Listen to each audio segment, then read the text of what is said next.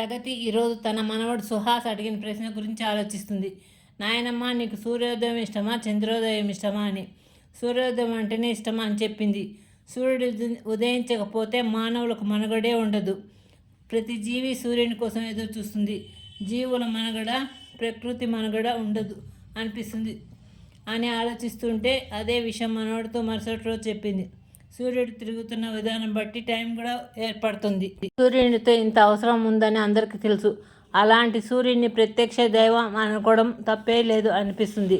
ఉదయించే సూర్యుడు కనిపించకపోతే మానవ జీవితం విధానం అల్లకల్లోలం అవుతుంది కదా.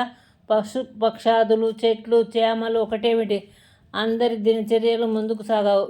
చలికాలం సూర్యుని రాక కోసం ఎంత ఎదురు చూస్తామో తప్పదు కాబట్టి చలికాలంలో ఉదయమే లేస్తాం. ఎవరి పనుల్లో వాళ్ళు మునిగిపోతాం. ఏ పని చేయబోయినా చలి బాధ నుంచి తప్పించుకోవడం. సూర్యుని రాక కోసం ప్రతి ఒక్కరూ ఎదురు చూస్తూనే ఉంటాం. మనలాగే జంతువులు, పక్షులు చలి నుండి తప్పించుకోవడానికి ఎంతో ప్రయత్నించి సూర్యుని రాక కోసం అవి కూడా ఎదురు చూస్తూ ఉంటాయి.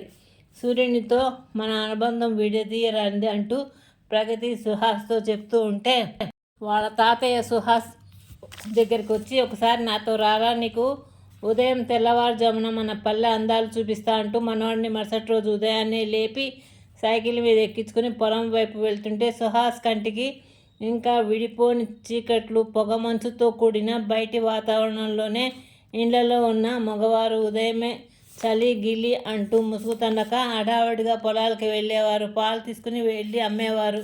కూరగాయలు, ఆకుకూరలు అమ్మేవారు. ఊళ్ళలో చిన్న చిన్న సామాన్లు అమ్మేవారు. ప్లాస్టిక్ బిందెలు అమ్మేవారు. కోళ్ళు అమ్మేవారు.